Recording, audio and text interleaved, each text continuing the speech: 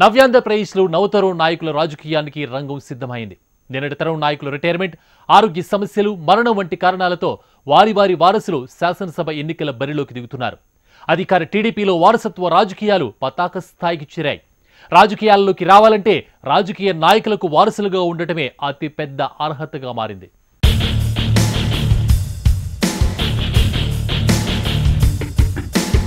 డాక్టర్ల కొడుకులు డాక్టర్లు, యాక్టర్ల కొడుకులు యాక్టర్లు కావటం కష్టమేమో కానీ రాజకీయ నాయకుల వారసులు మాత్రం ఏమంత కష్టం లేకుండానే రాజకీయ వారసులు కాగలరని ఆంధ్రప్రదేశ్ అధికార టీడీపీ శాసనసభ ఎన్నికల కోసం ప్రకటించిన జాబితా చెప్పకనే చెబుతోంది.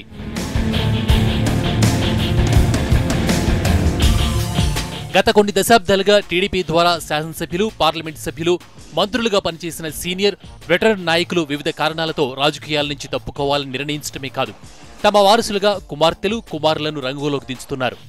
మాజీ ముఖ్యమంత్రి డాక్టర్ వైఎస్ రాజశేఖర రెడ్డి మరణంతో ఆయన రాజకీయ వారసుడిగా రంగంలోకి దిగిన జగన్మోహన్ రెడ్డి గత 5 ఏళ్లుగా ప్రతిపక్ష నాయకుడిగా ఉంటూ వచ్చారు. అంతేకాదు, ప్రస్తుత ఎన్నికల్లో విజయం సాధించడం ద్వారా ముఖ్యమంత్రి కావటానికి తహతహలాడుతున్నారు.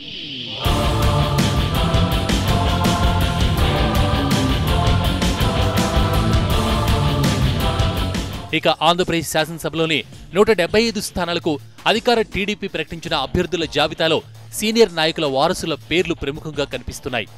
అనారోగ్యం, రిటైర్మెంట్, మరణం లాంటి కారణాలతో వివిధ నాయకుల కుమారులు, కుమార్తెలు రాజకీయ అరంగేయటానికి సిద్ధమయ్యారు. ఉత్తరాంధ్రలోని పలాస నుంచి రాయలసీమలోని డోన్ నియోజకవర్గం వరకు, కృష్ణా జిల్లా గుడివాడ నుంచి అనంతపురం వరకు జిల్లా వారసులే నవతరం అభ్యర్థులుగా బరిలోకి దిగుతున్నారు.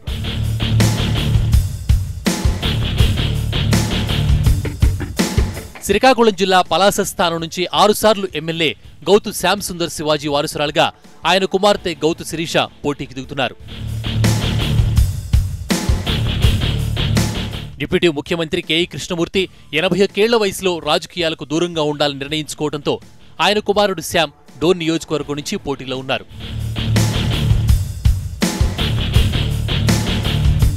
మరోవైపు చీపురుపల్లి స్థానంలో మాజీ మంత్రి కిమిడి మృణాళిని కుమారుడు కిమిడి నాగార్జున బరిలోకి దిగుతున్నారు.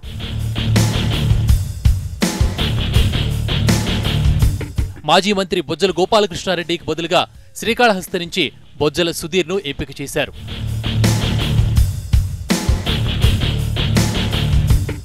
రాష్ట్ర మహిళా శిశు సంక్షేమ శాఖ మంత్రి పరిటాల సునీత తన వారసుడిగా కుమారుడు శ్రీరామును అనంతపురం జిల్లా రాప్తాడు స్థానం నుంచి పోటీకి దించుతున్నారు.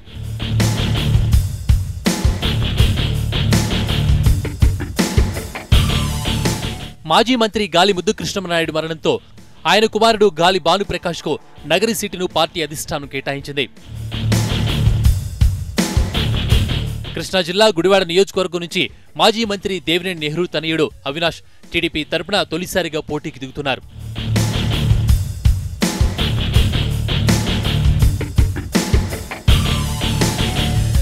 ఇక ముఖ్యమంత్రి అశోక్ గజపతిరాజు వారసురాలుగా ఆయన కుమార్తె ఆదితి గజపతి సమరానికి సై అంటున్నారు.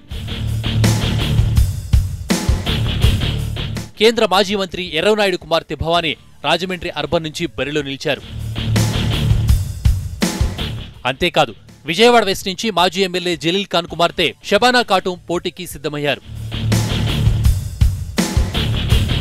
అనంతపురం రాజకీయాలకే మరో పేరుగా నిలిచే బ్రదర్స్ ఇద్దరు తమ కుమారులకు సైతం సీట్లు ఇప్పించుకోగలిగారు. జేసీ ప్రభాకర్ రెడ్డి తన కుమారుడు అస్మిత్ రెడ్డికి assembly seat, MP JC Diwakar Reddy తన తనయుడు పవన్ కుమార్ రెడ్డికి లోక్సభ సీటు ఖాయం చేసుకున్నారు.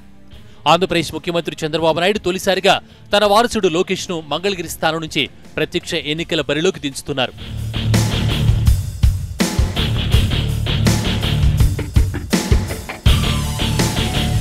మొత్తం మీద ప్రస్తుత ఎన్నికల్లో టీడీపీ తరపునే ఎక్కువ మంది రాజకీయ నాయకుల వారసులు అరంగేటం చేస్తూ ఉండటం ప్రస్తుత ఎన్నికలకే హైలైట్ గా మిగిలిపోతోంది.